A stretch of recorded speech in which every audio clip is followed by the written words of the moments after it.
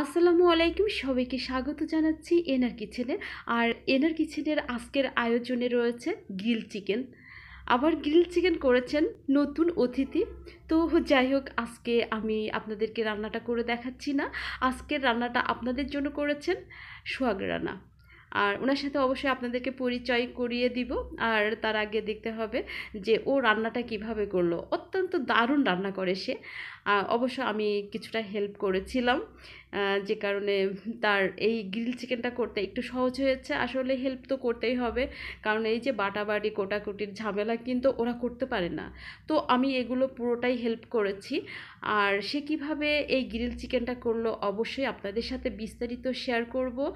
আর আমি আশা করব যে আজকের এই রেসিপিটা যদি আপনাদের ভালো লেগে থাকে অবশ্যই আপনারা দেখবেন এবং লাইক দিবেন আর সুন্দর একটা কমেন্ট করবেন। তো যাই হোক, দেখা যাক সোহাগ রানা আমাদেরকে কি উপহার দিল।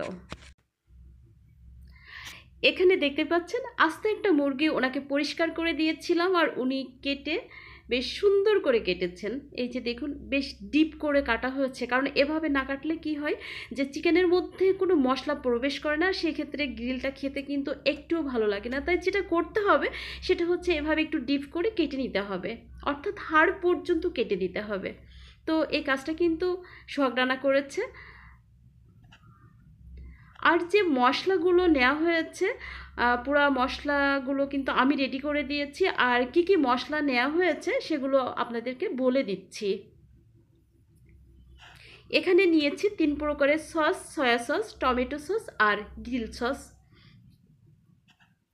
নিয়েছি এখানে চিনি 1 টেবিল চামচ, আর টেস্টিং সল্ট 1 চা চামচ, আর লবণ 1 চা চামচ। এখানে 2 টেবিল চামচ টক দই নিয়েছি। নিয়েছি 1 চা চামচ রোস্টেড গরম মশলা পাউডার, 1 চা চামচ ধনিয়ার গুঁড়া, আর 2 চা চামচ ভুলে যাচ্ছি, এটা হচ্ছে কাবাব মশলা। আর নিয়েছিলাম শুকনা মরিচের গুঁড়া। আর এখানে 2 টেবিল চামচ আদা বাটা, 2 টেবিল চামচ পেঁপে বাটা, আর 2 টেবিল চামচ রসুন বাটা, আর এই যে পেঁয়াজের বেরেস্তা তো দেখতেই পাচ্ছেন। তো যাই হোক, উনি এবার এগুলো কি করবেন দেখা যাক। অবশ্য আমি একটু একটু বলে দিচ্ছি। হ্যাঁ, এই যে দেখতে পাচ্ছেন, এবার একটা পাত্রে সমস্ত মশলাগুলো কিন্তু উনি নিয়ে নিচ্ছেন। এই যে দেখুন, মাশাল্লাহ, রান্না মনে হয় ভালোই করতে পারেন। অবশ্যই পুরো ভিডিওটা দেখার চেষ্টা করবেন, দেখবেন খুব সুন্দরভাবে চিকেনটা গ্রিল করেছে। এবার সসগুলো দিয়ে দিচ্ছে।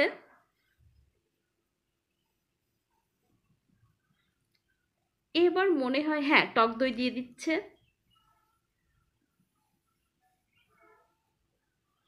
এবার দিয়ে দিচ্ছে না, সরি, এবার টক দই দিয়ে দিচ্ছে। আর আগে দিয়েছিল চিনি, ওই যেগুলো রেখেছিলাম, আর এই যে গুঁড়া মশলাগুলো দিয়ে দিচ্ছে, যেহেতু ও আমার অনেক ছোট।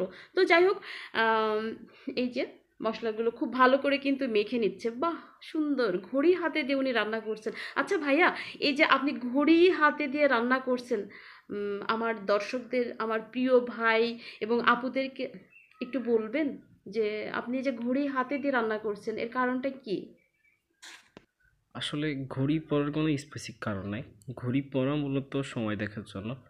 কত সময় চিকেনটা ম্যারিনেট করে রাখতে হবে, কত সময় পর এটা তেলে ভাজতে হবে, এইগুলো দেখার জন্য। ওভারঅল এক কথায় বলতে গেলে সময় দেখার জন্য আর কি।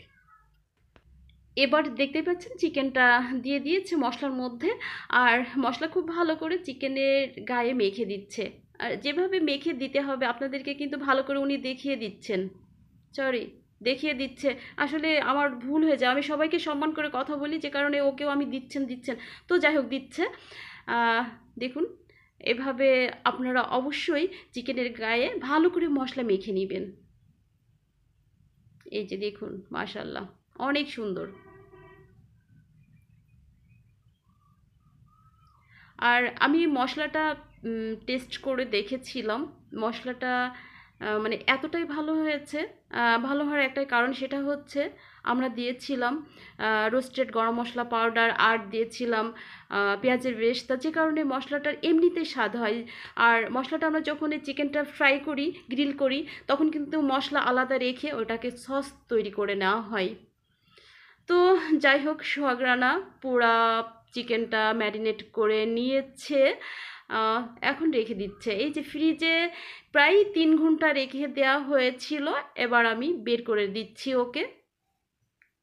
এই যে দেখুন, মনে হচ্ছে প্রায় রান্না হয়ে গিয়েছে। তো যাই হোক, ফ্রিজ থেকে বের করে নিয়েছি। এবার চুলায় তো বসিয়ে দিয়েছি একটা প্যান, আর তেল দিয়ে দিয়েছি অল্প তেল, এখানে সরিষার তেল ব্যবহার করতে পারেন। তো যাই হোক, চিকেনটা দিয়ে দেওয়া হলো। আর যেটা করতে হবে, একটা ঢাকনিতে ঢেকে খুব অল্প মানে লো হিটে এটাকে গ্রিল করতে থাকতে হবে। এই যে দেখুন, আমি ঢেকে দিয়েছি। আর ওই যে বললাম, আজকের পুরা গ্রিলটা করবে সোহাগ রানা। তো যাই হোক, এই যে দেখুন, সরি, আমি বলতে বলতে, আমি রান্না করতে করতে সবসময় আমি হয়ে যাচ্ছে, আসলে এটা করছে সোহাগ রানা। তো এই যে দেখুন, আমাদের গ্রিল চিকেনটা কিন্তু সম্পূর্ণ রেডি।